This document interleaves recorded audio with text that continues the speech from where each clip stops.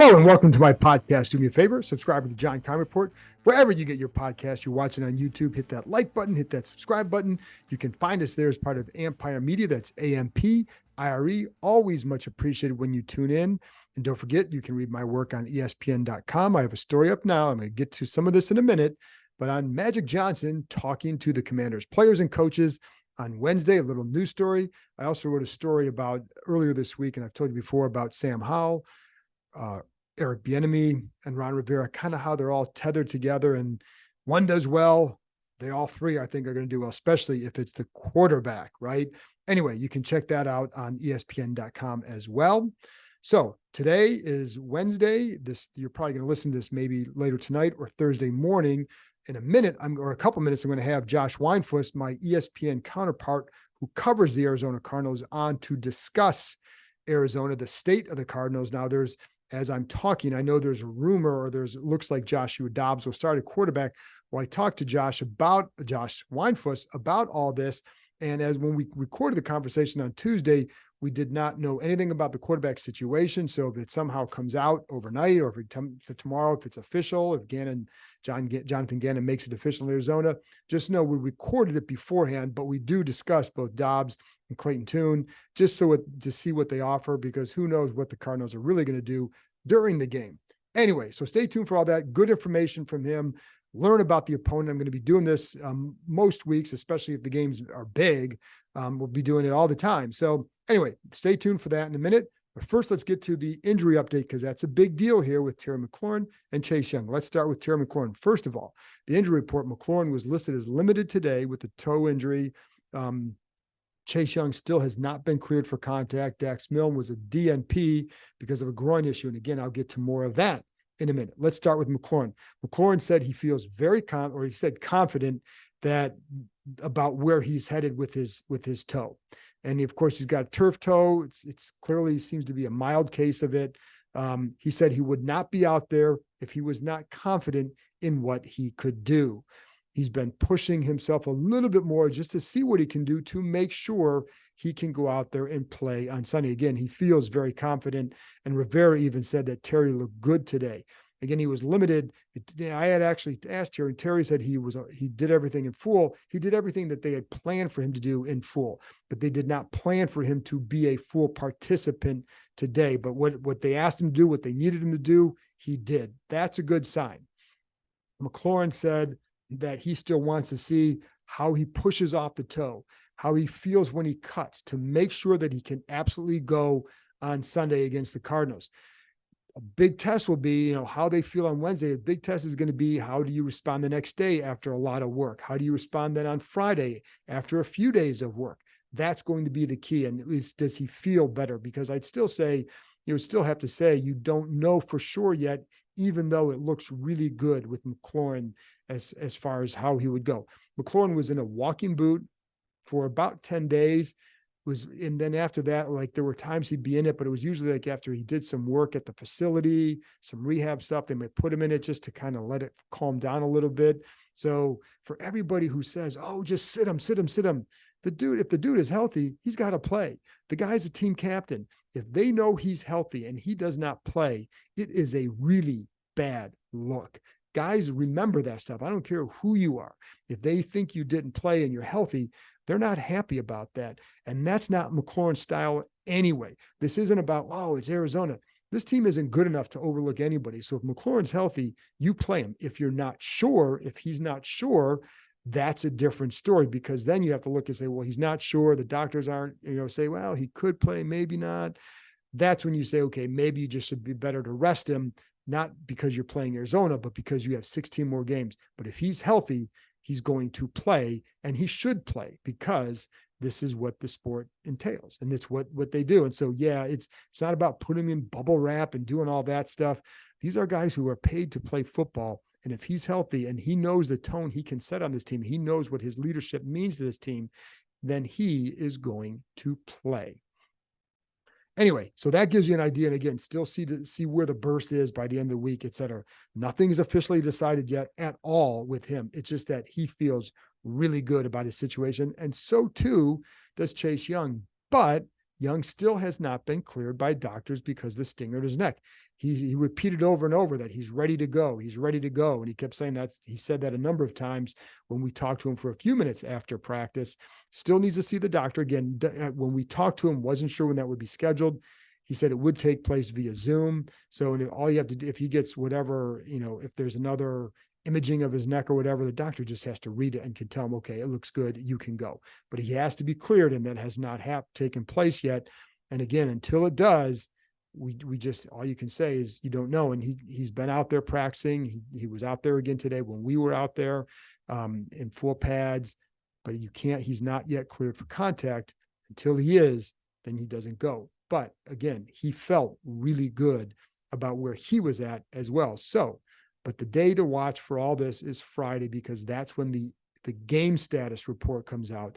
My guess is they probably be listed as questionable because that's where it goes. But if McLaurin keeps practicing the way and it increases over the next couple of days, then that is a very, very good sign. And if Young is cleared for contact, if we find out he's cleared for contact tomorrow, that is another really good sign. Or even we find that out on Friday, another really, really good sign. So that's where we're at with that.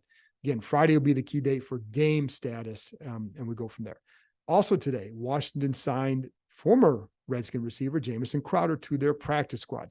Would not be surprised at all if he plays on Sunday, just because of what I said about Dax Milne. Milne is the punt returner. That's what Crowder also does. If Milne can't play, you're going to elevate Crowder off the practice squad. That would be my guess. And Rivera even said they brought him here as a punt returner. And he also knows he's a very shifty route runner and pass receiver out of the slot. Again, that's what Milne does too. So if Milne can't go, then you got Crowder right here. I know a lot of people down on Milne as a punt returner. He averaged around what, 7.8 per return last year. In 3 years with Washington, Crowder was at 7.9. He had one really good year, and then the other 2 years were not so good. And he had some drops and some muffs. That's what he'll have to do. But he is experienced in that. And last year he returned 9 punts for, I think it was like 100 yards. So he did a pretty good job with that. So he is experienced. I've always been a big fan of Crowder. And but that's why he was here. So just stay tuned for that. Finally, Magic Johnson was here today, and man, when he's here, there's a buzz. And it's funny because I think most of these guys are counted up. There's 24 guys on the roster. That includes practice squad, active roster, injury reserve, who were actually born before Johnson retired from the NBA after the 95-96 season. I think the only guy, and I didn't talk to Tressway, but he may have been the only guy who may have been able to watch him play because he was 6 years old when Johnson retired. So, and he's the oldest guy on the Commanders roster. But Johnson spoke to the team it was between about 30 to 40 minutes or so, kind of messed up their schedule a little bit, or changed their schedule, not messed up, but changed their schedule. And they were more than happy to accommodate it because it's Magic Johnson. And a lot of what he shared was his wisdom. The guy has won combined 10 titles as a player, as an owner.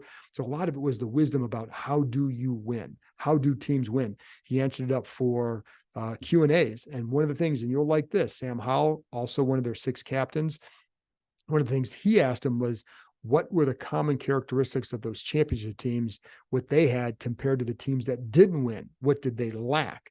And one of the things that he talked about and first of all, it's a very mature question from Howell, not surprised. It's who he is. It's how he thinks.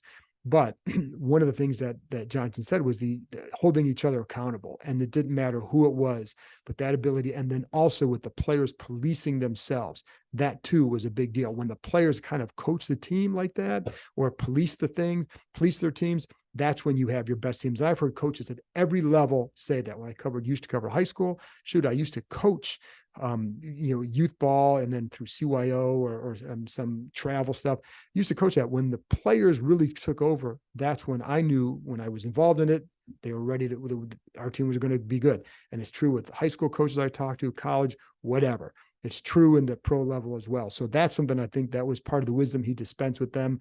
Talked about some dream team memories, but it really was about like having that guy there. And even though these guys didn't see them play, like Jahan Dotson said that he didn't see him play, but he heard all the stories. He's watched him on YouTube. He feels like he did watch him as a player. And I think especially since he's been involved with the Harris group, that people have probably become, maybe even gone back and watched more stuff on YouTube to see what Johnson was like as a player, because having watched him, he was phenomenal. But it's also, there's a charisma. that he brings that very few athletes bring. Success as a businessman. And I think that's why they're excited to have him here. And he is going to be a big time ambassador for this franchise. Has some other events that he's going to be at over the next couple of days here in Washington. And so anyways, but they were pretty excited about that.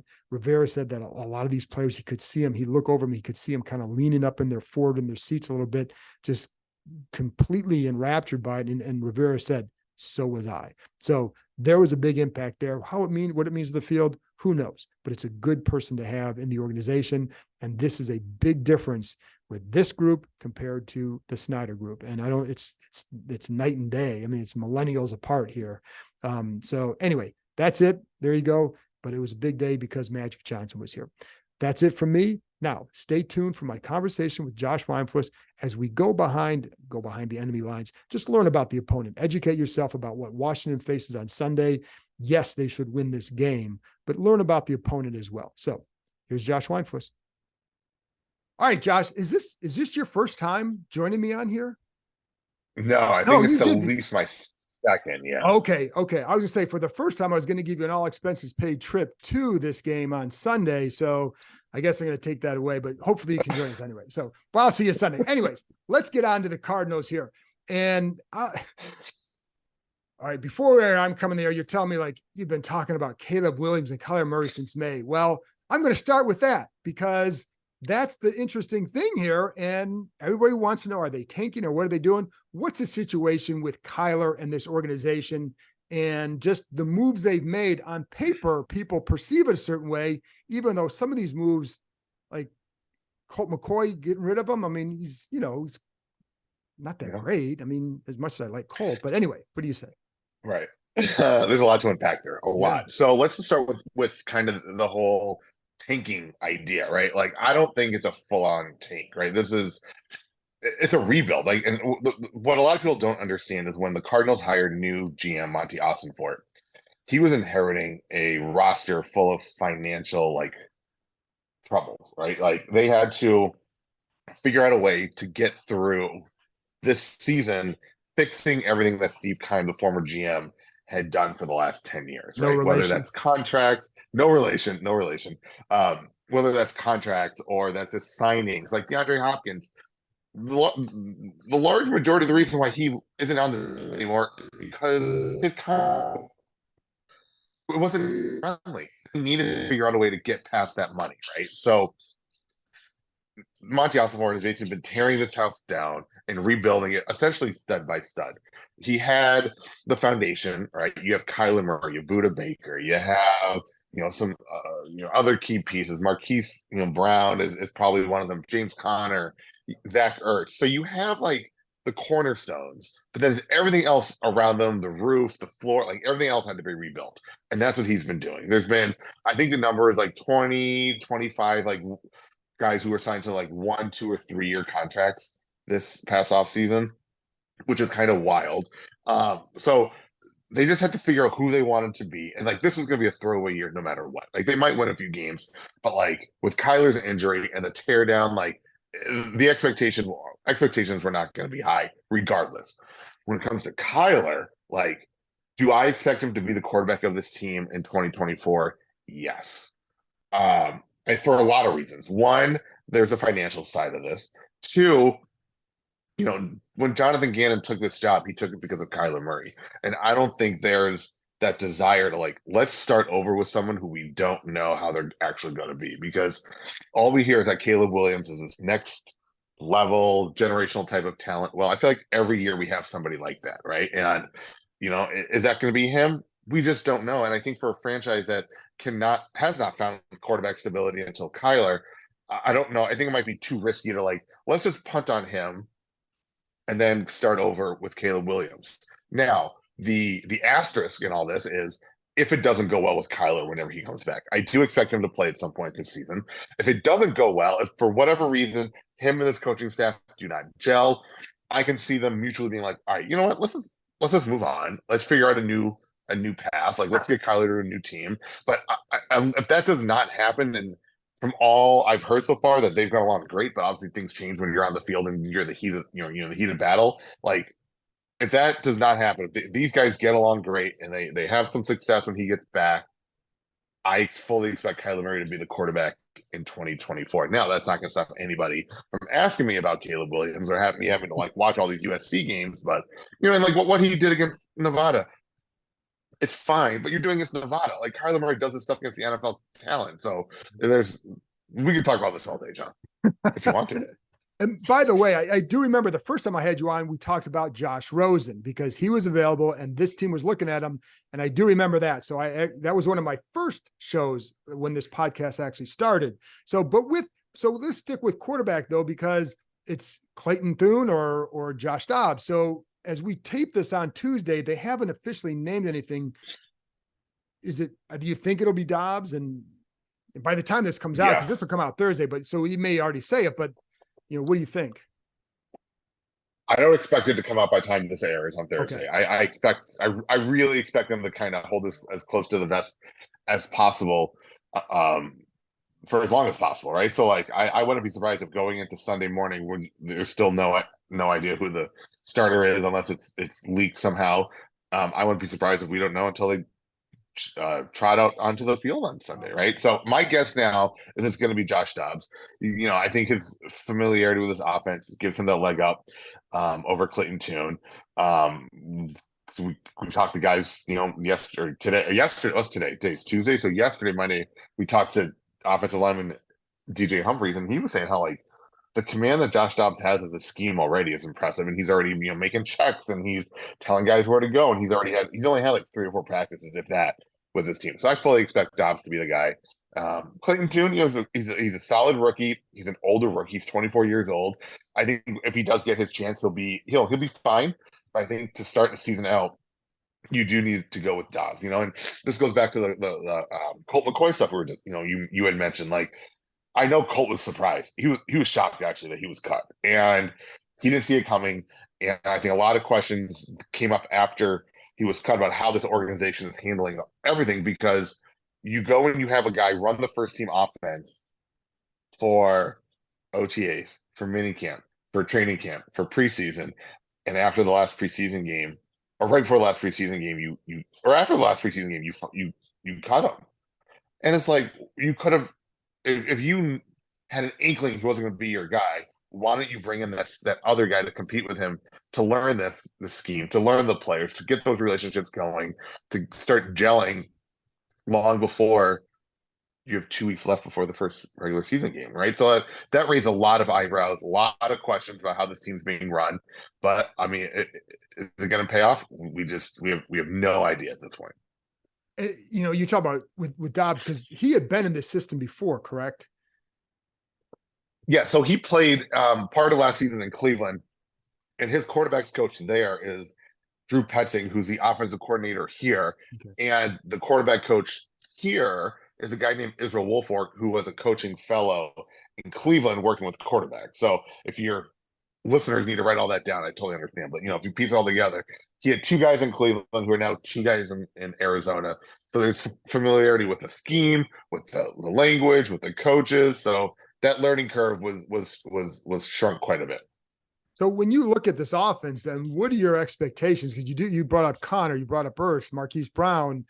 There are a couple guys there. So, but what do you but they also have, I think it's a new center, correct? You're a very inexperienced guy. So like that's new center. Yeah.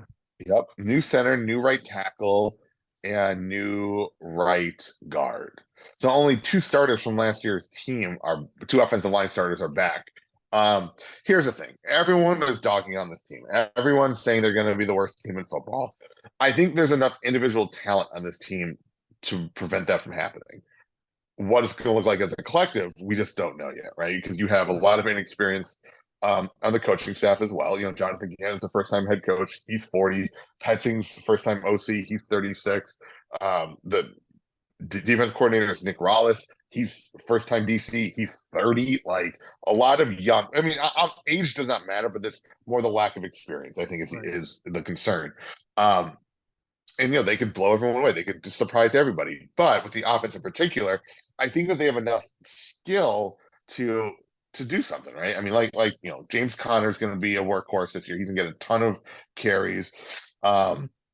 Zach Ertz, once he starts feeling back to 100%, uh, mentally, once he's fully confident on that knee that he Right. injured last season, the ACL, I think he could be a factor. Marquise Brown. I think the biggest question mark on offense is the wide receiver core, right? They don't have a true number one. Hollywood Brown is going to be that guy. But you have like Rondale Moore, you have Right. Zach Pascal, you have Michael Wilson, four good receivers, like pretty, really good receivers to a point. This is not that great receiver. So we'll see how that plays out. Trey McBride, another tight end. He's going to have a huge role this year. We're going to see a lot of 12 personnel. But the offensive line, a new center with Yelda Froholt. He was with Cleveland last year. I think we're going to see there might be some hiccups just because, Froholt and Dobbs or whoever the quarterback is, if it's Dobbs, it's only 2 weeks to work together. And we all know how important that quarterback center relationship is. So, but Froholt, he made the transition to center full time this year. He's been doing well. The coaches have been pleased with how he's handling the mental and the physical side. So some changes up front, but I will tell you this: I've been around this team for 12 years. This is one of the few offensive lines that Cardinals have had in the last 12 years that look like an offensive line. Like when they walk by, you're like, oh, that's an NFL offensive lineman. Like these are guys who are big before, but these guys, like, they're all big. Like Will Hernandez is the smallest of the bunch, but he, like, you don't want to catch him, like, I don't want to say even in dark. Like, you don't want to catch him in the middle of the day. Like he'll beat the heck out of somebody. And they love that about him. So I think this offense is going to be better than people think. I just don't know how much better yet. With Clayton, let's say Clayton plays quarterback. Let's say they go to him. What stood out about him this preseason? Yeah, so he's a heck of an arm, right? Very live arm, very big arm, can make the plays. He's fairly mobile, and he can throw on the run, which I think is going to be crucial because, being a rookie, trying to dissect what the defense is going to do, it's hard, especially at the NFL level. It's very hard. So I feel like if he does play, he'll be on the run more than I think other quarterbacks would be. The one issue he does have is he has been sealing his balls, right? Like, they're going up. So he's had to work on bringing them down. It's more of a technique thing than it is anything else. But the one thing that guys have been saying is that he's very even keeled. He has that maturity. He's 24. He started 3 years and a couple of games at the University of Houston. So he has the experience. He's not just some, young guy who played 1 or 2 years in college and is making this jump. He has a lot of snaps under his belt with live action, college football. But I do think that there's still a learning curve. He came from an air raid offense at the University of Houston. So, huddling more has been kind of new to him. They did a little bit in college, but, just going from, the air raid, like a true air raid under Dana Holgerson at Houston to pro style offense, I think is going to take a little bit of an adjustment once, the regular season starts, because preseason, he was fine. He did well. And one thing that Jonathan Gannon said about him was that Gannon was surprised at the type of defenses that he faced during the preseason. He was expecting a lot of bland schemes, but he said a lot of teams ran somewhat complex stuff, and that kind of exposed Tune to kind of what life is going to be like on a week-to-week basis in the NFL. Not the full Monty, but a little bit of it. So he's seen a little bit what he will get if he were to play. So I think that it's going to be an up and down situation with him if he does play. I think there'll be some good. I think there'll definitely be some bad too. So let's look at the defense, because obviously these guys are starting an inexperienced quarterback whom they really like in Sam Howell. It's funny because one of the things that everybody talks about is that he's always even keel. And he is. Like, that's a legit thing for him. But let's look at the Cardinals defense. And, pass rushing in terms of numbers have not been a strength, but it looks like they have some depth there. So what's the scouting report on the Cardinals defense?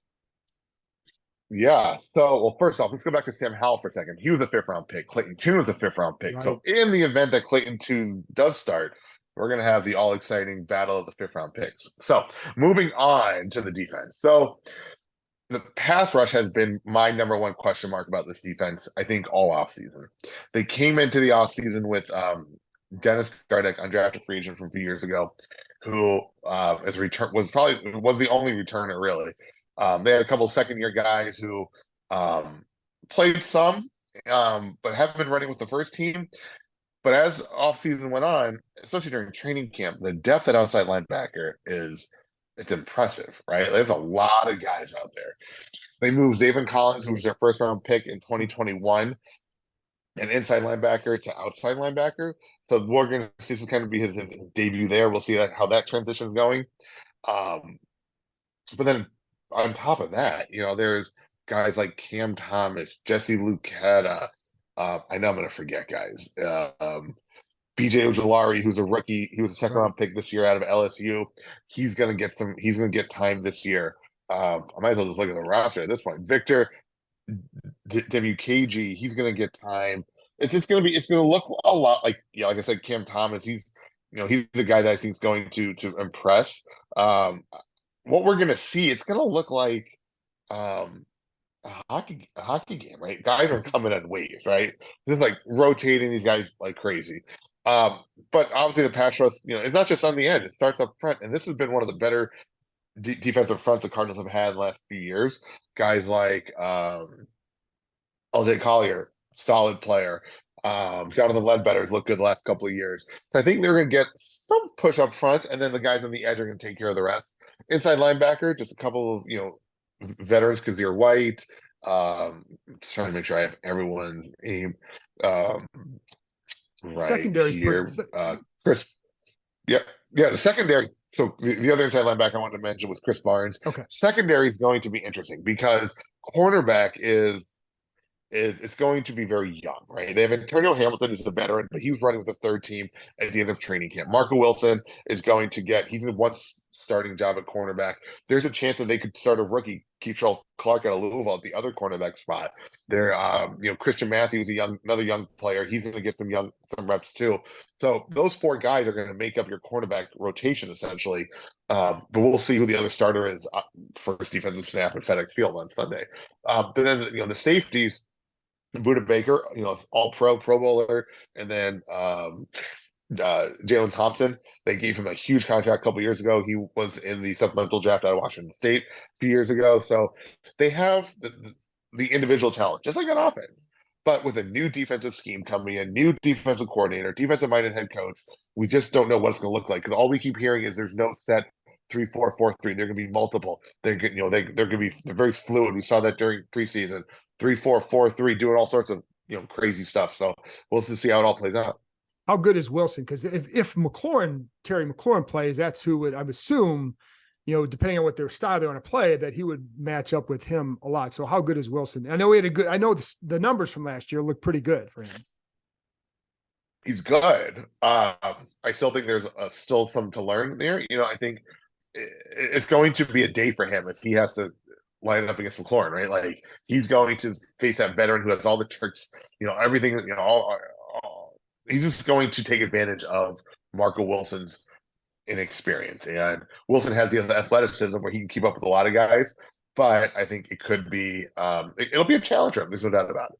Where is it like, is he overly aggressive? Is it where would be the big challenge for him there? He plays a lot of press man, right? Like he's that's kind of where he stands out.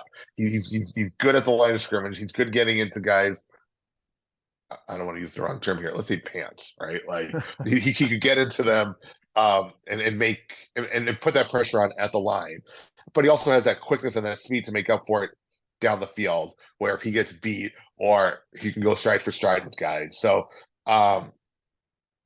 but I feel like what we saw last year is if it was a veteran receiver who kind of knew some of those tricks of how to get open, that's where he struggled a little bit, where he has a natural athleticism to stick with a guy, to be on him, but the smallest little trick and he's kind of out of his bag. But he also hasn't had a whole offseason to kind of learn what he did wrong last year. So last thing then, in general, expectations for this team, you said you don't think they're going to be as bad as people think.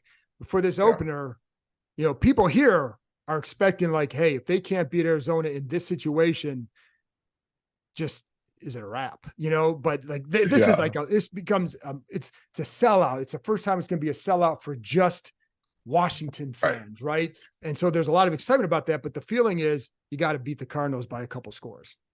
Is that fair? Yeah, I think from the Washington side, that's fair. Going to, from the Cardinals side, I'm not going to be surprised if the Cardinals win this game. I'm just not. Like, I'm not saying it's going to happen.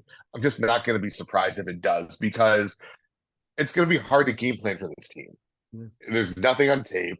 There's so many new faces, so many new coaches. I think that's going to be the biggest struggle for Washington is figuring out what exactly is going to happen. They're going to probably watch a lot of Cleveland tape from last year. But I think especially on offense, with their ability to kind of mix up that run and the pass, I think, and I know it sounds so obvious on the surface, but like last year, that wasn't the case. Last 4 years, they passed the ball, the run was very secondary. Now the run's a priority. So, and James Conner's that he looked as good as I've seen him in an Arizona jersey. So this offensive line, if they can come to play on Sunday, I think that they could give the Commanders some fits up front. I think that can open everything else up. Obviously, to me, the big key is going to be Zach Ertz. If he is back to 100% in totality, I think he could be a real factor in this game because he'll be on the line as a tight end. He'll be out wide. And if he can if he can take care of kind of that 0 to 10 yard area, I think that can open up everything for guys like Rondale Moore, who's super fast, Marquise Brown, who's super fast, and kind of spread the ball out a little bit like that. And the one knock on Colt McCoy all offseason was his arm wasn't strong enough. Dobbs has that arm. So if they can go take the top off once or twice, I think this game could be be closer than people think. And Josh, thank you. Great stuff. And by the way, if you're watching on YouTube, see all those medals behind Josh. Don't be impressed by what Josh has done. Tell them where those medals are from. They're not all my wife's. I say 98% of them are my wife's medals. I have 1, 2, 3, 4, 5, 6, 7.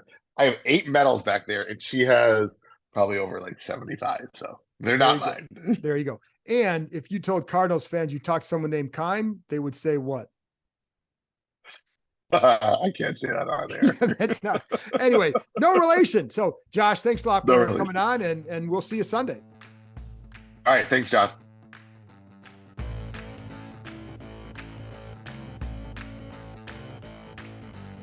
That's it for this episode. Thanks to Josh for joining me, and thank you, as always, for tuning in. I'll be back on Friday night, Saturday morning. I have an event to go to cover Josh Harris on Friday, so that's going to delay things a little bit.